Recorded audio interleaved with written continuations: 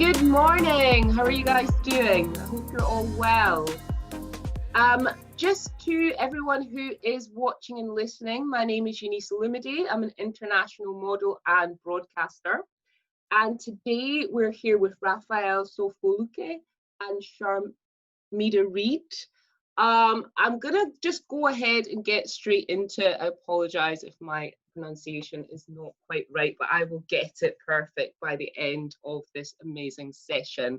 Now, Sharmadean, you are a woman who is literally revolutionizing the beauty industry one step at a time. Thanks to your enormous success with your business, Beauty Stack and WA Nails. You're regarded as one of the most exciting and important voices in business and beauty and technology today. Raphael is a visionary and a founder and CEO of Black Business Show, which is an annual conference and exhibition designed to highlight and celebrate the litany of incredible Black-owned business in the UK today. Now, you were both recently recognized for your fantastic accomplishments in the business world with Forbes, citing you as 2 of 25 of the most exciting Black British business people. Congratulations on all that you've achieved in your respective careers so far. Now, if it's okay, Raphael, if I could start with you first. Sure. Excellent. What was the driving force behind your decision to create a business show to celebrate Black British businesses? Sure. So, well, in 2017, so after working on several, high-profile exhibitions and conferences, I pretty much kind of realized that there wasn't an event for Black business owners to buy and sell their products, but also I realized there wasn't a show in which they could. There was an audience that catered towards those products. So, when I set up the UK Black Business Show, it was something that was, received really well and something that seemed like it was very much needed. And not only in that, for me, representation creates, role models. So not only did I want it to connect Black business owners and professionals, but I wanted to create a platform where, attendees could come and be inspired by, leading Black entrepreneurs within the community. So, we created the event, and of course I went to a number of high quality exhibitions. So that was something I wanted to replicate for, Black professionals and Black business owners. Brilliant. And Sharmadean, can I ask you the same question?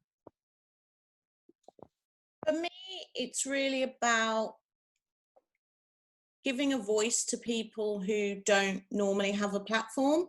The beauty industry is incredibly fragmented, and it's always been so important to Black culture, not just because it makes you look good, but it's a form of autonomy over your body, where typically you might not have had it before. It's a form of connection with your community. I'm sure almost every Black girl has a memory of some family member doing their hair, and that intimate bond that's created. So for me, I just really, really cared about providing a platform to voices that weren't heard, connecting them with like-minded people. And, inadvertently through my career with WA Nails, I discovered that beauty was a powerful vehicle to do that. That started that with WA, with the nail salon, which was acted more like a community centre, and then carried it on with Beauty Stack, which hopefully will empower women all over the world to earn more money. So yeah. Fantastic. Now, Sharmadean, you've been widely hailed as someone who is kind of revolutionising the beauty industry through your savvy adaptation of technology. Was this a conscious decision or something that happened organically? I would say that I've always been into technology. I went to a really interestingly weird techie school that at the time, was just normal. Like for me, because I hadn't known any other school, right? You know, we had to swipe into lessons with a magnetic swipe card. Every kid had a laptop. We had an intranet system and all of these things, which I wasn't walking into school being like, wow, look at how technology has enabled our school. I walked into school thinking this is what school is. It's only when I went to other colleges and to my uni that I was like, oh my God, my school was really progressive. So I think that for me, it was less of a conscious decision and more of, here's technology is what I use to facilitate my ideas, and this is my idea. And that was it. Definitely it's been, you know, favorable for me that technology has been ignored by a lot. Beauty has been ignored by a lot of the technology industry. I'm fine with that because you guys can ignore it, because I obviously see a massive opportunity here. So yeah, I think that it was more just utilizing the tools that I knew closely to achieve the thing that I wanted to achieve. Mm. Like if I was a writer, for example, or I'd gone to theatre school or drama school, then my tool would have been storytelling. You know what I mean? Mm-hmm. I just think, like, you know, to whoever's like watching, utilize the tool that you know best and the communication method that you know best, because you're always like got a head start in that. Yeah, definitely. I suppose just on that point, Raphael, what are the kind of like, I like to call them roadblocks and hurdles, but was there anything that you came across during the course of your development that kind of made it difficult to set up your business? In terms of roadblocks, I think I pretty much I planned really well. So I've done a lot of research. But in terms of, you know, getting the message out to let, you know, the audience know, letting the Black community know that this was a quality event, that was probably something which I had to do. You know, I had to spend money on marketing, making sure that it was, you know, it lived up to how it was advertised. So, you know, making sure that it just doesn't look good on the website and the Instagram, but when they actually turn up, that we actually kind of execute what we've promised. So I mean, initially I think getting, you know, media partners as well, getting other people to support it.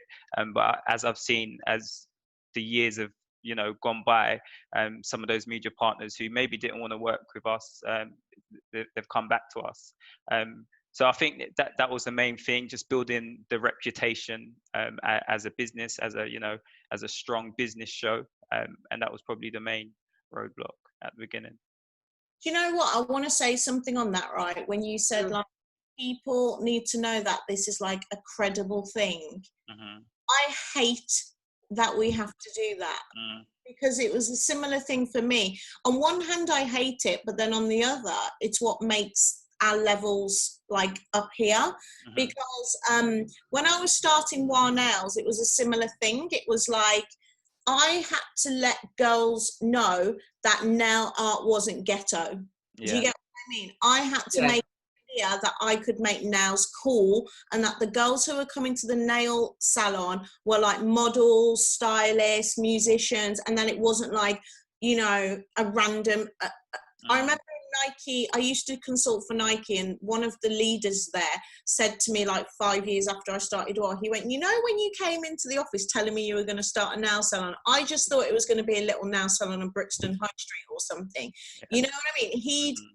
He didn't mean it negatively, but that's the level of ambition he thought that I was going for. Yeah. So I had to essentially do all this extra labor to prove that this was like a cool thing. Mm-hmm. Thankfully, that having to take photos of every single girl who came through the salon and also every single nail pioneered our business model and made us like internationally famous, because if I didn't take all of those photographs because I needed to prove that it was cool, we wouldn't have gotten known all over the world, and I definitely wouldn't have come up with Beauty Stack. So I like to think that there's silver linings, but at the same time, I just think, why am I always having to prove myself? Let me just start my business like the next man, you know? Yeah, no, Definitely agree. And I was telling someone a funny story about even now, kind of 3 years on, we're going on to our fourth show in October, hopefully if everything's all right.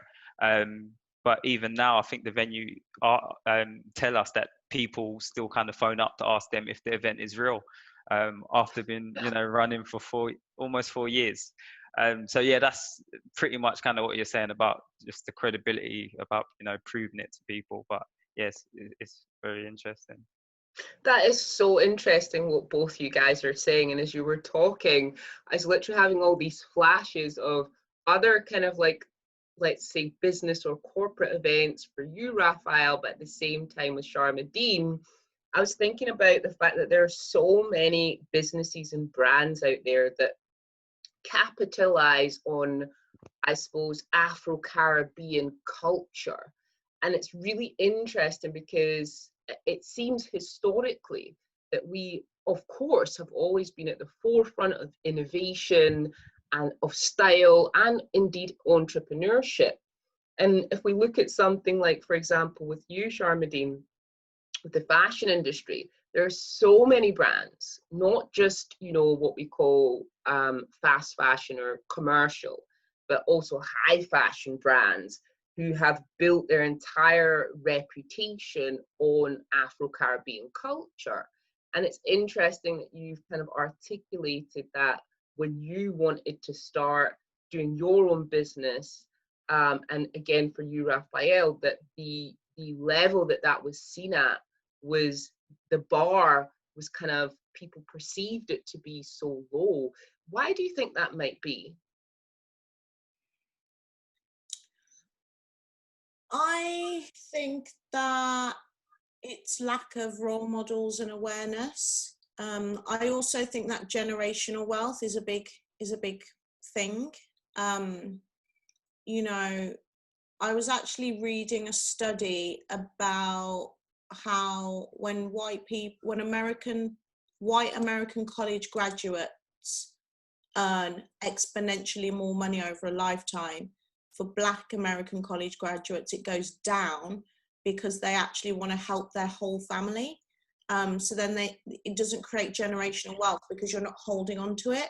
So I think that in Britain especially, we have this thing over longevity in dynasties, like this family, that family, where power has been held for a long period of time.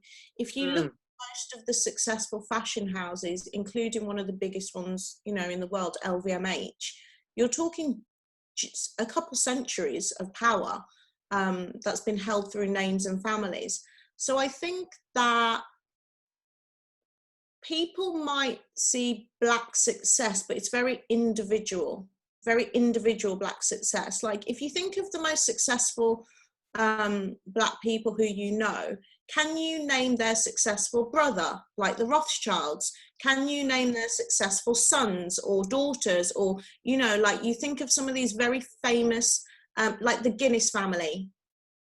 Like, can you name a Black family like the Guinness family? So I feel like there needs to be more generational wealth for this perception to change, which will make people understand that this isn't like a one-hit wonder or a fluke. I'm really preoccupied with not being a fluke. You're not a fluke. You are an incredible, talented women. That until all my children are capable and their children's children are capable. Do you know what I mean? It's 100%. Like we don't know that until I've achieved that level of household name, that, like notoriety. I said, the Guinnesses or the Tates or I don't know, all of these various families that we have in the West. So I think there's that dismissive element because they're always individual success stories, not collective success stories. And I've got a few reasons behind that, but Raphael, I just wanted to bring you in. Do you have anything to add to that?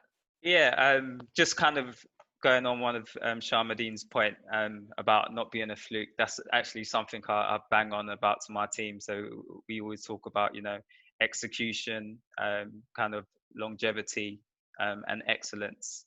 So yeah, even after every year with the show, as even if someone tells me that the show's amazing, straight away we're thinking, how can we make it better? How can we make it bigger? So yeah, I love that. But also, yeah, the representation, kind of what you said. So just kind of relating it to the exhibition industry. I've been to a number of high quality events, and the type of language we speak is, you buy a stand, but a number of people are like stalls, but it's not a stall, it's an actual exhibition stand. So I think it's about awareness of different industries, going out there, doing your research, and just knowing more about the sort of quality that is expected. So when we look at doing our events, we want to replicate the best events, so we want to go replicate the best business shows. So that's where I was going to for my research. Fantastic. Yeah, I think that is so important with anything. It is, I think, in a way, we potentially tend to overachieve because we're always trying to demonstrate and prove that we are actually valid, and we're not in that space through some kind of tokenist gesture, and that we've kind of earned it. So in a way, we probably actually go over and above what other people from different backgrounds, different ethnic backgrounds might actually do. Now, Sharmadean, many young women see you as something of an icon in the business world. Do you feel the world of business is one that's become more accessible, particularly to young women like yourself?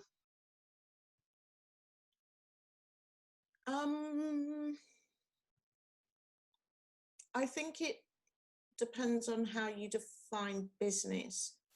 So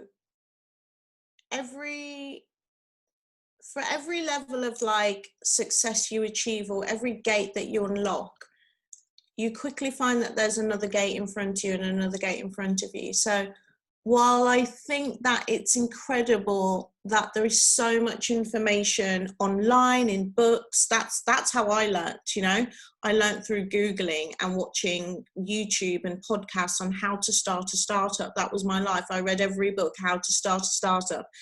I think that's amazing that it's very democratic to get started. But then what I've realized, particularly over the last few months, there's a big realization of other hurdles that come in front of you, such as network, access to finance. For example, I've said previously that because I've managed to raise, money for my business, there's this perception that I've made it. But actually, just unlocking the finance doesn't mean anything unless you A, know what to spend it on, and B, have the right team around you. Because I don't come from a network of software engineers, finance, none of my friends went to Goldman Sachs or did any of that jazz, McKinsey. When you don't have the network of talent, you then can't unlock the value of that capital. So my investment, which at the last round was 4 million, is not as effective as an ex-McKinsey who started a similar business who also has 4 million, because they come with a head start of being able to hire the right people, knowing how to analyze companies, knowing how to do growth marketing. Do you get what I'm saying? So 100%. I feel like for women, you have to understand that funding women is just the first step, and actually what you need to be doing is making sure that they have every chance of success as the next person, and knowing that they come, their starting line is much further back. That's my perception of it. Definitely. I'm going to bring you in a second as well, Raphael, but just leading on from that, I definitely agree with what you're saying there. And I think what you've identified is that a lot of the time, one of the difficulties, I think, for businesses and for individuals from Afro-Caribbean backgrounds is that, if we lose a lot of those kind of nuance skills and connections, because if you have a long line in family who've done very well and they've gone to great schools, just literally the school that you've gone to puts you into a network of people. So that means that even if you're not successful, particularly academically, and you kind of do your own thing for a while, you can still plug right back into that network by simply connecting with your high school friends, etc., etc. So I definitely visualize and understand exactly what you're saying. Do you have anything to add to that, Raphael? Oh, wait, before you go on, do you know what, when you were saying that, it was reminding me that I'm part of an email list of founders in London and America, and the amount of times on an email list there'll be an introduction to this person's incredible, da da da da da, they graduated from, I've never worked with them, but I can vouch for them. And I'm thinking, that's the worst cosign ever. You've never worked with them, but you went to the same schools, your wives go to the same gym, whatever. Who the hell cares? Can they do the job? Feel like it's okay to share that connection because of the school, university, you know, banking company, whatever. I actually find that quite remarkable. And because I went to a random school in Shropshire, then I went to an art school at Central St Martin's, I don't have that network at all. 100%. And it's a type of kind of nepotism which exists, I think, particularly among the kind of higher echelons, whether it's in the business that Raphael's in, or your business, or if it's in, you know, the media and fashion industry, certainly, particularly in these fields at these levels, you do tend to find that nepotism existing, and it's very much about referral even more than your actual academic or your performance level. Because of course, if you have someone and they work in broadcasting and their son really wants to get into broadcasting, or they want to, or you're a booker at a fashion agency and your child really wants to become a model, of course you're going to get that referral and you're going to get that recommendation. And as we know, particularly within the United Kingdom, when you look at other countries such as United States of America, it's a really interesting one, where you've got, on the one hand, you still have that extreme poverty, you still have a lot of hardship, but you have more of an emerging kind of middle class of Afro-Caribbeans. And perhaps that is then why, that because albeit that is new money as opposed to old money, you do see far more people of colour accessing those levels. It'd be actually quite interesting to bring you in here, Raphael, and ask you, what do you think about that? And why do you think, when we look at the kind of US versus UK, that they are having more success when it comes to Afro-Caribbeans in business in general? Yeah, so just to give you an example, when we set up the UK Black Business Show in 2017, well, still to today, we get a lot of messages saying, you know, your show's racist, your show's this, your show's that, and it's still, in fact, it's probably increased during the Black Lives Matter movement, actually. So we'd probably get maybe 20 to 30 messages across all platforms saying it's, you know, it's racist. But you don't really have that problem in America. I think they're much more open with, you know, saying, you know, this is black, you know, celebrating blackness. So I think that's kind of been the difference. I think right now during this whole kind of movement as well, is, for me, it's been really kind of refreshing and positive to see, you know, a lot of people who are, you know, open to talk about a lot of the injustices that have taken place. But you know, also in America, they've got the, you know, the history of slavery as well. So yeah, I think there's kind of a huge difference between how it was in America between, you know, black-owned businesses. There's a lot more black-owned businesses in the US as well, and I think the businesses in the UK, there's a lot they kind of need in terms of like funding, the marketing, etc. But I think, yeah, that they are ahead of us. But I do think there are some amazing being the founder of the UK Black Business Show, I'm privileged to kind of see some of the amazing businesses out there, which, you know, no one knows about, but they just need that extra funding or that bit more of marketing, or, you know, but I think over time we definitely will get there. That's actually, I think, what you've highlighted there, you've totally hit the nail on the head.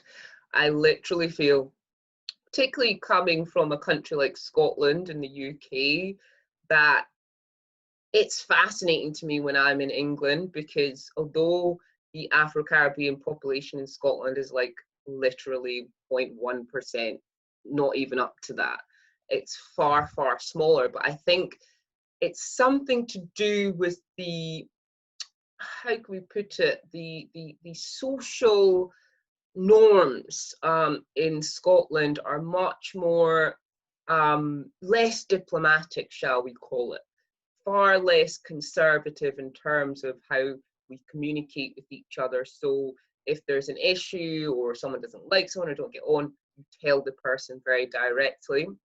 Whereas when I work in England, I tend to feel that that's slightly not as, it's not seen as good manners. It's actually much more reserved. It's not really seen as a good thing to tell people very directly if you have an issue with them.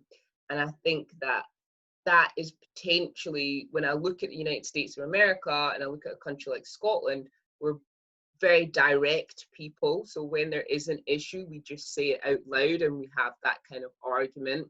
Whereas I feel when I'm in England, there's so much pressure.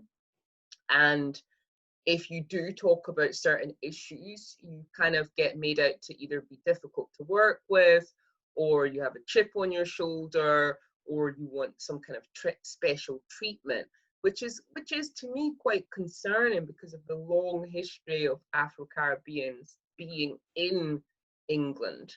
And I do kind of feel like that contributes to a lot of the issues that we face in business, because you're kind of shunned if you want to talk about things. And as you said, I think that this recent public outcry against institutional racism against particularly Afro-Caribbean people couldn't have come soon enough. And I think it is very encouraging that we can now at least have those conversations without being made to feel like, you know, I did a TV show once called Question Time, and I referred to it as collective amnesia that we have here in the UK as opposed to in the US, where you could find people on normal everyday TV shows, daytime shows, and the topic of, you know, transatlantic slave trade might come up, and it's not, you know, a big thing. Whereas here in the UK, it's actually so shocking to the point where, obviously in 2018 to, you know, late 2019, we had, you know, mass deportation of British citizens. Like over 100 Afro-Caribbean people were deported back, which we refer to as the Windrush. And I just think that is so unbelievable that many people could be deported from our country illegally, and people don't see the issue with that. So I completely agree with what you were saying there as well.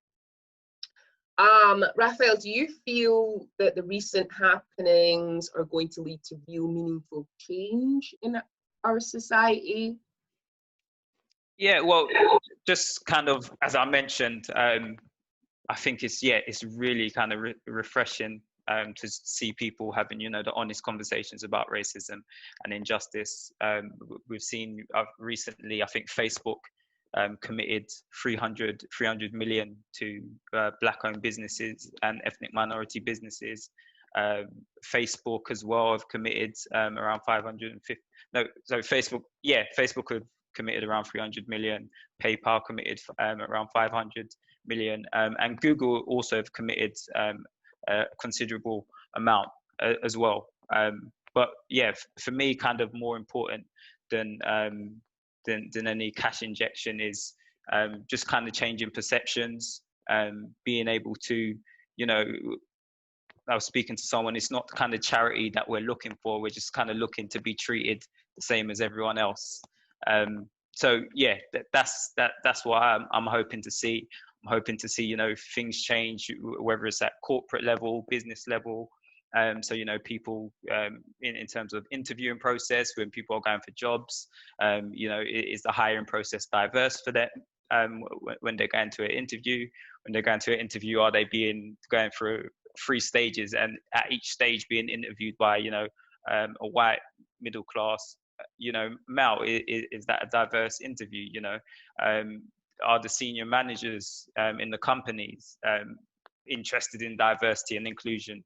Do you have buy-in from them? So yeah, I'm much more kind of interested in changes, you know, corporate level, but also business levels for entrepreneurs, helping them, you know, get funding, giving them the same opportunities of some of our, you know, non-Black peers.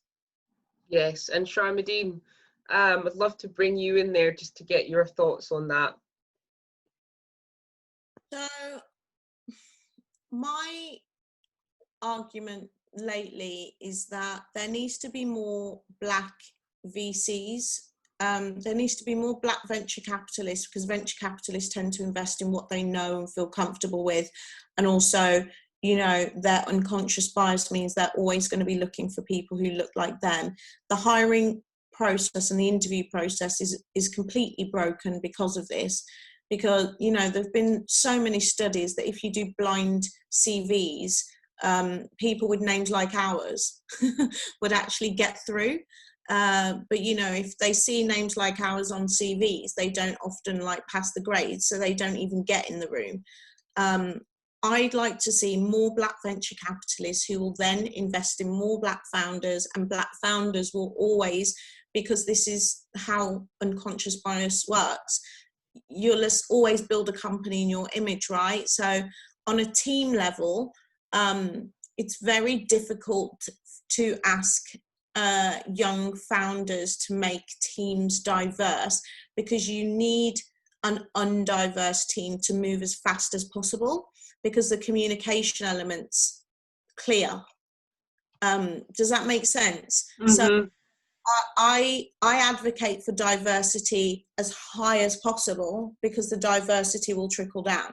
So for example, my company is 60% women, 40% Black people. It's not accidental. Do you know what I mean? It's because when I hire a designer and I tell that designer, can you make this Instagram post look like a flyer from Beyonce's first album? She knows exactly what I'm talking about. I don't need to spend any more time communicating that or doing back and forwards. But it's the same for a white male founder. If a white male founder says, you know, find me 23 pubs for my pub app in South London, that person knows that he means Richmond, not Brixton. Do you know what I'm saying? So yes. It works like in both ways.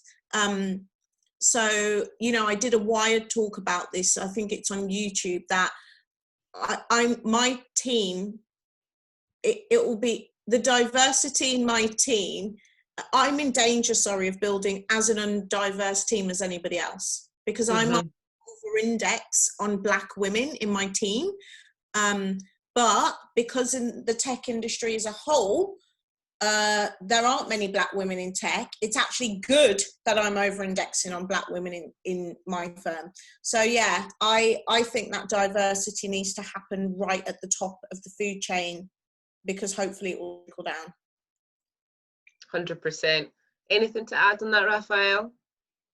Yeah, exactly. Just kind of what I was mentioning. You know, it starts with the top. It has to start with the top for it to trickle down.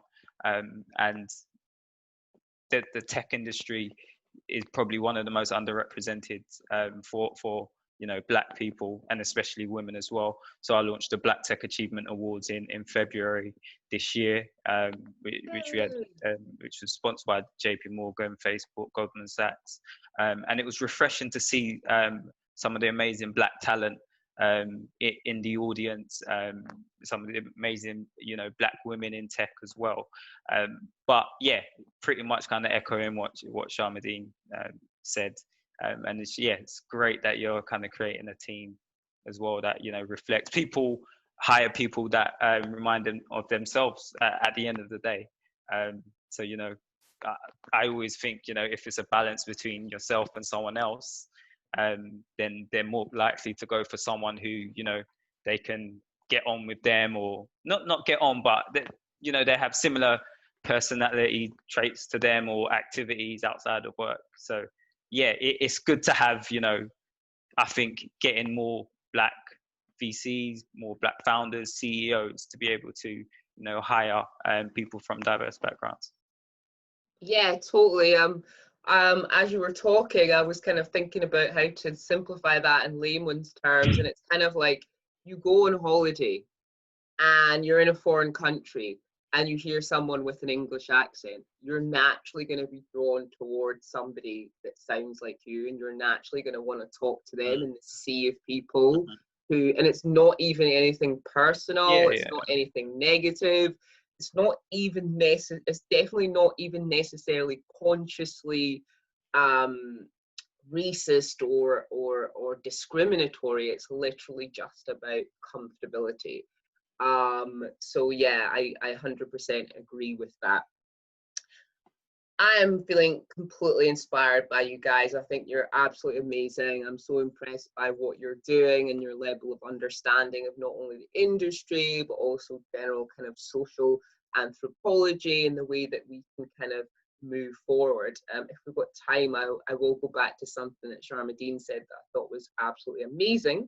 But before I do that, I wanted to ask you,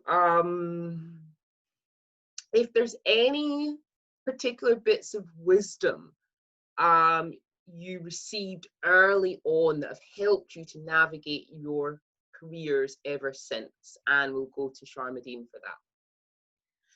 I would say that a big bit of wisdom was to get out of the weeds. You know, I'm really lucky in that I can have ideas, but also I'm quite good at actually executing them. But sometimes it means that I don't have time and space to have more ideas, and then that's not helpful to anybody. So what I'm trying to do on a daily basis is to really, really empower the team around me to, you know, do their best work and to create space for me to have thought on what I think the future's going to be like. So yeah, get out of the weeds is a big thing for me. Raphael? For me, a few things. I think one of the things I learned early on is basically, execution is better than creation. So many people come up with amazing ideas, but only a few can execute and make it look amazing. Also, you know, you're only as good as your last sale. When I was working in like the sales industry, you get sale, but then you can't kind of rest on that because you still need to make more, you know. So it's about, you know, celebrating those achievements, but then moving on to the next one. And yeah, just thinking of, you know, what does your, you know, your end goal look like, I think. So maybe thinking in 10, 20 years time, what does the UK Black Business Show or the Black Tech Achievement Awards look like to me if it's a huge success? And then working back from there and putting, you know, little goals in place to try and achieve that. 100%. I totally agree with that.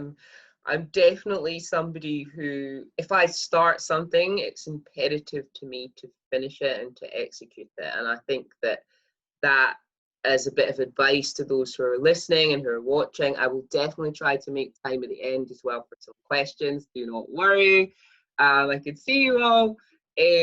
But I think that is such a constructive piece of advice, which is to always finish what you start, because it sends a message to people that you're committed, you're reliable. And again, as Sharmadean said as well, taking that time to kind of step back and, you know, it's so easy when you are an entrepreneur, especially in the way that both of you guys are. You've probably had to do so much work by yourself, and then you find yourself in this situation where you've now got a team. And this team is, you know, a team you've built. they're brilliant, they're fantastic, but you're so used to doing all the work by yourself. You're sometimes, maybe it's about kind of empowering them and giving them more responsibility. I think that's what you were saying earlier, Sharmadean. Yeah, but I also think you shouldn't be afraid of giving up something that's not working. Like, I definitely held on to projects for way too long for fear of embarrassment. And when you like let go of that ego, it's just like, well, actually, this thing no longer serves me. It's okay to let it go. I pretty much 6 months after opening my nail salon, I didn't want to do it anymore, because I'd never been a shopkeeper. I never like worked directly with customers and people. I'd always been a consultant working for myself, and I had a pretty sweet life before I opened the salon. And you know, I didn't close it. And at 10 years, I was like, I can't progress further with the things that I want to do and achieve if I have this. And I haven't yet learnt in my business journey to create, you know, that environment that is self-sustaining and empowering to the people who are running it. I didn't have that skill set yet. So, you know, I closed it 10 years to almost to the day, and I don't regret it one bit. So, you know, don't feel that because people are watching you, you have to always finish what you start. I definitely used to have that thing, which is like, I'm always going to see things through. But I think there's something to be said about range. And, you know, in your 20s, I would recommend in your 20s just trying out as much as possible and see what serves you and where you have the most value and impact. Because your 20s are fun like that. Yeah, no, I totally agree. I 100% agree with that. It's really important in business, if you've got an idea or you're working on something, you can see that it's not going to have that longevity, and it's not going to really work. Of course, you know, you sometimes do need to cut your losses. But I just meant in the sense of the more kind of crass sense of, you know, you can't just walk out on a contract because, you know, say you had an agreement with your rent at that premises, like you can just leave. You have to like finish the contract and then you leave and move on to kind of the next thing. But yeah, I think both of those bits of advice are completely invaluable. I think I would like to ask next, because we want to keep some time for questions at the end. What words of advice would you give to Black people seeking to build their own business today? Let's start with Raphael. I think the most important thing for me, I think, is just research, you know, knowing your market, and also realizing that even if you do think of a unique business, there are probably people who have done it. Most ideas, you've kind of taken nuggets from different things to make your own unique idea. So, you know, speak to the right people, and just use, you know, what's been done before you to make sure you can do it better. Sharmadean? I would say to start whatever it is you're doing in the absolutely smallest possible way. So if you want to build a platform, start with a newsletter. If you want to build a networking thing, start with a WhatsApp group. You know, if you have an idea, you should try and get it going within, you know, 5 days, to see whether anyone cares. Because sometimes it doesn't work. Like, for example, the other day, I started a Telegram group because I wanted to test if people would, if people are interested in discount vouchers via an SMS service, you know. But before we built the whole thing and we took the entire team and, you know, built this integration, I just built a Telegram group and it didn't work. Like, we definitely got bookings from it, but not, it didn't grow like fast enough or become like exponentially. yeah, it wasn't shareable either. So once we got to 70 people on this mailing list, on this text list, like what it should have done is have girls say, oh my God, join this group, but it didn't. It stayed at around 75 for like a month. So, you know, always test with the smallest possible version to save time and money and prove your idea out. Yeah, that is such good advice as well. I just want to ask as well, because I think this could be quite interesting and it kind of shows you guys' kind of mindset. Who really inspires you, Raphael? You know, I was asked this question the other day actually on another Zoom call, but I'll still probably say the same answer. The reason I'm saying them is because of representation as well. So I'll say Levi Roots, just because a lot of the like business role models growing up for me were actually probably not black. So they were like Alan Sugars, Richard Branson, but he was the first kind of black entrepreneur which I saw kind of you know, on the mainstream, with, you know, what he was doing with the reggae sauce and Caribbean Crush. So he was really inspirational, you know, for a lot of people, I think, and made a lot of people think, okay, yeah, I can be an entrepreneur, I can, you know, get investment, etc. I can set up a business. Sharmadean? This is going to sound corny, but the only person I'm really inspired by is my future self. I don't have like a hero, because you never know what that hero's individual journey is and if you're willing to pay the price of that cost. Like, for example, Oprah is a big inspiration for me in terms of ownership of her voice and assets. But I don't know what it's cost Oprah to be Oprah. So you know what I mean? The only thing that inspires me is my 40 and 50-year-old self, because I know what I'm willing to sacrifice and what I'm willing to do for that. So when I think about my 50-year-old self, I'm like, yeah, let me go get that. I love that. Spoken like a true G that you are indeed, my lady. But it's so true what you say. I've been privileged enough to work in a number of industries, and I do think that people, they see the end result, they see the business that's out there in the world, and what they don't see is all of the work that goes into building that business.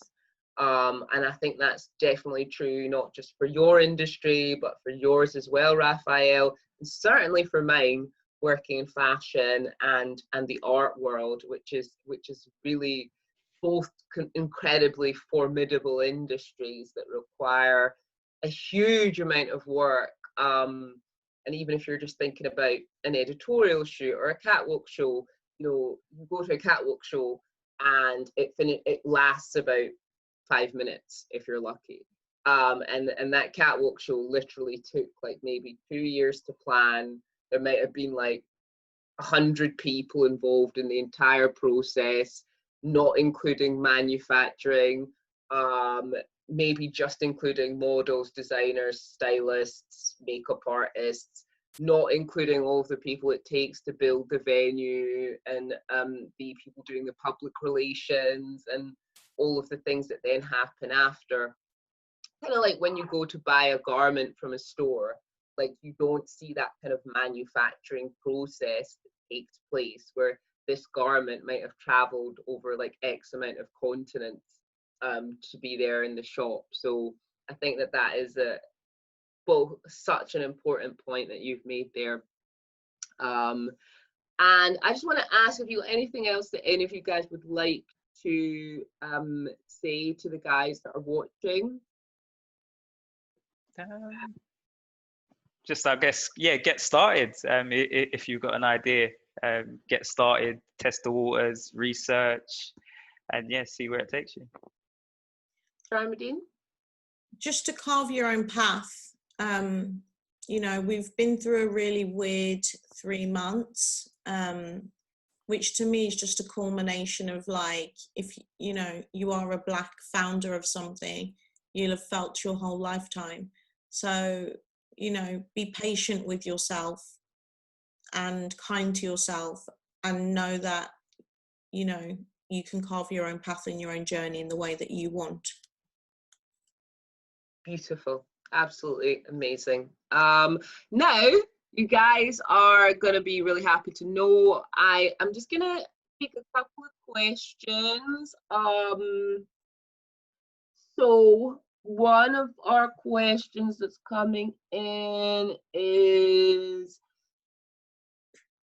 do you guys have any top tips for organizations who want to look at their culture, discuss their success or challenges with equality, and come up with a plan to address their challenges? Waiting for top-down change in white male-dominated boardrooms could extend the journey, so we'll need collaboration. So I think just the first part of that, which is discuss any challenges. Yeah, I think for organizations that want to look at their culture, first of all, what are they doing to source, you know, Black talent or BAME talent?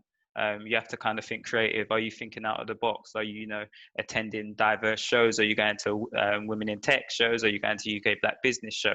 Or are you using just the same recruiters for every single for job? So it's about being creative with how you source, you know, your talent. And also, you know, authentically, you know, positioning your brand as a diverse and inclusive workforce. So not, you know, just getting, you know, the token Black guy or token Asian guy to do campaigns, but actually genuinely making sure that your company is a place where, you know, different people from different groups feel comfortable working. So yeah, those are probably my main tips. Sharmadean? I don't actually have anything to add, because I think that's accurate. It's like you can't go to the same places, hire the same people and expect anything to change. 100%. I think I would add to that, kind of following on from what Raphael said, that I was writing about this topic recently, and I think one of the other big issues that a lot of organizations have, it could be, you know, in my industry or many other industries, is a lot of companies use like a PR, so someone that does public relations, and they'll hire someone to tell some people about their brand. They'll hire someone to invite people to their fashion show or to their art exhibition. And I think it's really important to ask that person that's doing public relations, you know, to kind of audit them and to ask them, oh, how many people have you ever worked with from BAME backgrounds or Afro-Caribbean backgrounds, so that you find out straight away as a business whether or not that person you've got who's promoting your company to the world does actually have an interest and connection to those different ethnic groups. Let's take another question. Over here. I apologize, I now realize that my room is like so dark. I don't want to leave and turn on the light. So what are both your goals across the next 10 years, and where do you see yourselves? I want to have built Beauty Stack into a global business that I feel like I could go to any city in the world and a woman will tell me a story about how she paid for something using the money that she earned on our platforms, you know, whether it's buying a house, paying for her education, whatever. That's my goal. We love that. Raphael? I think my goal is just to keep on growing the UK Black Business Show. So right now it's probably the biggest business show for Black business owners and professionals in Europe, with attendees from like Germany, Amsterdam, US. But yeah, we want to make it bigger. I want it to get to a stage where, you know, maybe one day Diddy's coming down and speaking at the UK Black Business Show, or, you know, yeah, just making it an even bigger show, launching in a few different territories as well, the US and Germany. We get a lot of attendees from Amsterdam as well. So those are my 10-year goals. Absolutely brilliant, guys. I just want to say a huge congratulations to both of you for making it on to the Forbes 25 Black Entrepreneurs feature. It's absolutely inspiring. I want to say from me to you that the work that you're doing is so incredible. It's so fantastic, not just because you're Black, but just because of who you are. I think that the work that you're both doing is extremely invaluable, and I want you to continue doing that and to continue shining and just continue being brilliant, because whether you like it or not, you are role models to many people, not just to Black and ethnic minority people, but to many young people who are looking up to you and thinking, do you know what, maybe I can do that too. So from me to you, I think it's amazing what you're doing. To everyone who is watching and who is tuning in, you can pick up more. You can follow these guys. They're both on Twitter and on Instagram. I'd like to say a special thank you to Kruger Cowne for organising this amazing webinar. And you've been listening to me, Eunice Olumide, as well as Raphael Sofoluke. I hope I pronounced that well. And Reid, MBE, and incredible businesswoman, force to be reckoned with. Thank you all so much for participating today. And I look forward to following all of you on your incredible journeys and getting you all on my show, and picking your brains and making sure that we can all continue to support you on your journey. So thank you so much for being with us today. Thank you. Thanks, Eunice. Bye. Thank you. Bye.